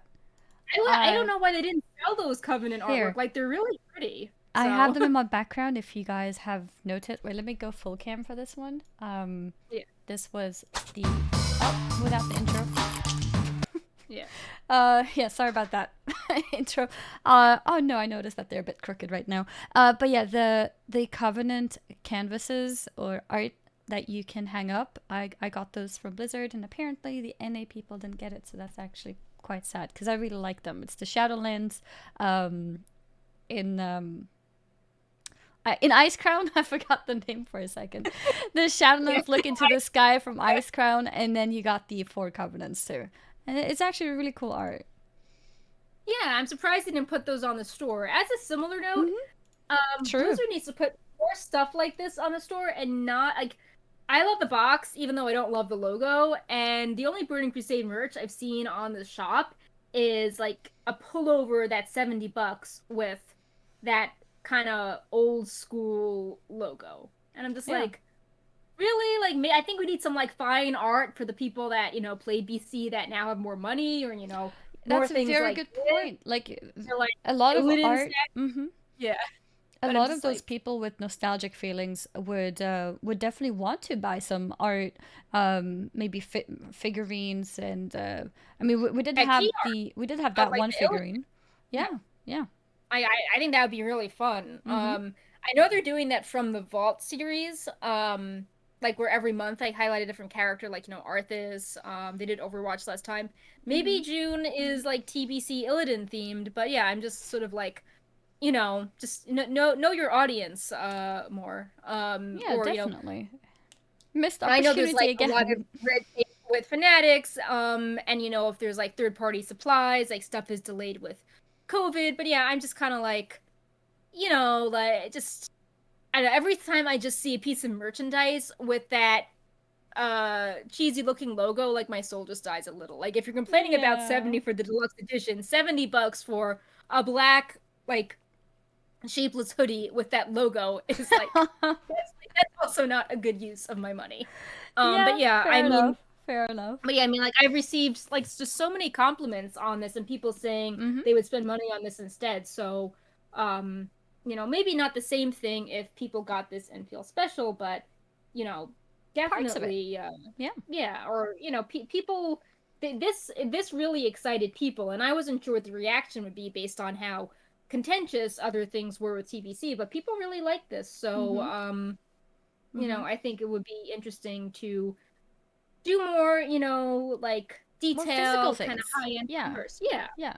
No, I So, completely agree. I think a deluxe edition for physical items is would have been a great opportunity right now for TBC. That's something that makes sense, you know. Having a new deluxe oh, edition for wait, physical yeah, things TBC related, like that's that so just good. reminded me, like when WoW Classic came out, it was tied to the anniversary, so we didn't have like a classic collector's edition per se, but we had the Ragnaros sculpture and other stuff. Do I have this? Yeah, yeah. We had right pawn, no. We we had this. We had this special box that came out the year of classic. Yeah. Mm-hmm. So, this wasn't obviously for classic, but when it comes with an Onyxia pin and a Ragnaros statue, It's definitely a nod that's to why. classic. Yeah. Yeah. Yeah, so I feel like they could have released one of these to celebrate TBC. Yeah. I completely agree. They definitely could have. Especially, oh, they had a perfect thing. Like if this was to celebrate the Warcraft anniversary, they could have done one to do the 30th anniversary, like BlizzConline was celebrating. True. True. So They make could it have be combined 30 those two. years Mm-hmm. and give us like a Kale or Vosh or Illidan statue. Just do a similar repeat of the classic box, but for Blizzard 30th. I agree. Because, like you said, a lot of people who played TBC back in the day, maybe people who don't even play WoW anymore, would have been interested to buy that because it's like the polished treasure chest of your childhood. You know, uh, I think that Yeah. would have been really popular, and just put things in that you can put on your fridge or put on your shelf or something. Yeah, I mean, like, there's so many people that don't have time to play, but But they would feel appreciate like that that. the game, Yeah. was an important part of their identity, so they Mm-hmm. want to, celebrate that. Or it's like, oh, I couldn't buy this back in the day, but But now I now I have the can. money, so like Mm-hmm. I'm, bringing closure on this. This is the thing I regretted not being able to get. Yeah. Um, so yeah, no, it definitely feels like a missed opportunity if we went from BFA collector edition one year to uh classic themed box to Mm-hmm. Shadowlands themed box. Like it would make sense to do a TBC box. Yeah. No, I completely agree. And That's Brightpaw just a hit the mic. that's a Sorry missed about that. opportunity. Yeah. Again, tying into like the hype cycle, like Yeah. like they announced these things super early for classic, and they were sharing the sculpture at a special press event, and you could like pre-order them months in advance, and they sold out, and then they came back in stock a few months later, and there was unboxings. Like it was a big deal. Mm-hmm. So definitely feels like that whole segment of the hype marketing was not present for TBC. Yep. Right paw, stop. Right paw is like, when do we discuss the feral druid bug? Wait, we're not talking about feral druids today? I'm out. I am Yeah. out. But yeah, I think with that, we are actually going to wrap up the show. I just opened my Twitter feed and I see a little spoiler here, or it's not really a spoiler, but I see a tweet from Wowhead. By the way, Wowhead always does put the very interesting news on Twitter. So if you haven't followed them on Twitter already, you might want to do that. I see here that it says Blizzard has announced raid testing for May 27th, which includes Heroic Savannas. Oh, I also see... speaking of Feral Druids, I see a tweet from 2 minutes ago saying, energy regen for Feral Druids has been a popular topic due to changes implemented in the pre-patch. We go over what the changes are, how they impact Feral Druids, and a workaround Brightpaw has been waiting for. Blood potion to increase DPS. So, we have a very using weak Troll's blood potion. All right, Brightpaw, that's what you need. Yep. So yeah, Brightpaw's gonna go read that article now. Yep. So yeah, we obviously, a lot going on. Shout out to the team because we've got, I'm doing the show. People are data mining PTR right now, and we also have our classic division, keeping up with the TBC news and community stuff. Indeed, lots of different strings being put together. Before we go, let me also highlight the subs real quick. We got Aegis, who shared a 40-month resub. That's a really long time. Thank you very much, Aegis. And we mentioned a few of these in the intro, but I'll mention them again anyways. We got Noma with a 10-month resub. Thank you very, very much. We got It's Ucher with a 32-month resub. Thank you. Thank you. Thank you. And then we got Taylor with a 14-month resub. We got 315 Hardcore Kid with a Prime sub. Welcome to Wowhead on Twitch. And then we got a 21-month resub from Macken. Thank you guys very much for supporting Wowhead here on Twitch. If you're using the Wowhead website, you are also able to support Wowhead over there using the Wowhead Premium feature, which, among a lot of other things, it removes all the ads on the site and gives you special benefits on the forums if you would, enjoy taking part in that. And Colnaris just subscribed to the channel too. Thank you. I'm on the wrong account, but hello everyone from SAS. Apparently SAS is in the chat too. Nice to see you. We have Brightpaw joining us for the closing and is pinning my ear set in place. Brightpaw, come on, let's not do that. Aww. He's such a big baby. He's like, Brightpaw, you have my microphone too. But yeah, that Feral Druid article, by the way, is a monster of an article, so if you definitely check it out, it is like an essay on what the problem is. So Brightpaw's spend a long time. Got a lot of reading to do. Yep. Yeah, he's back in my lap. He's like, I'm getting comfy. Mommy, read this to me. Yeah. Can you read this for me, Mom? I don't want to read it. No, you read it so much better than I do. Do you think you're able to do a high five with Brightpaw on your lap like that? Yeah, we're good. We can do a high five. Let's do it then. Yeah. Whenever you're ready. You want to do the countdown? Yeah. You can go for the countdown. Okay. 3, 2, 1. Yeah, we made it. Yay. It's actually really cool that we've been doing that every single episode, including the ones with the guests. Yeah. Even if Brightpaw put his paws together too. Brightpaw, yeah. One day, if Luna is with me at the end of a show, or Maya, then we could maybe convince the cats to do a high five. Seems like she's not even here. Like that, Brightpaw? You want to do a high five with your friends? Yeah. Yes. Cat high five. Yeah. I love how he's asleep, but before he just was like, I'm climbing on everything. I'm a cat. I heard a cat. Maya. Oh. Hi, Maya. I heard you. Hi. Oh. Hey. Oh. It's as if she knew that we're talking about cats. Hi, I know, they're Maya. really good at noting that. See? Hi. Oh, Brightpaw, look. It's a friend. Oh, look at his paws. Oh, he's ready for the high five. Maya, wait, before you run away, would you like to do a high five? No. Okay. Ouch! My knee. Oh no! Yeah, she's like, no. No, she said no, and then my knee just hit the table. Oh no. But I like how Brightpaw was ready. He's like, you know, here we go. High five. Yeah. Yeah, she's gone All now. right. She's gone. Too much energy in that little kitty. Yeah. Yeah. But yeah, that's it then. We will see you again next week. And then we'll talk about everything between now and then. Next week's show is the day before. Ooh. It's the day before the TBC. release or launch of TBC. Yeah, we might want to play that by ear because technically it's also a holiday. But it's like, right.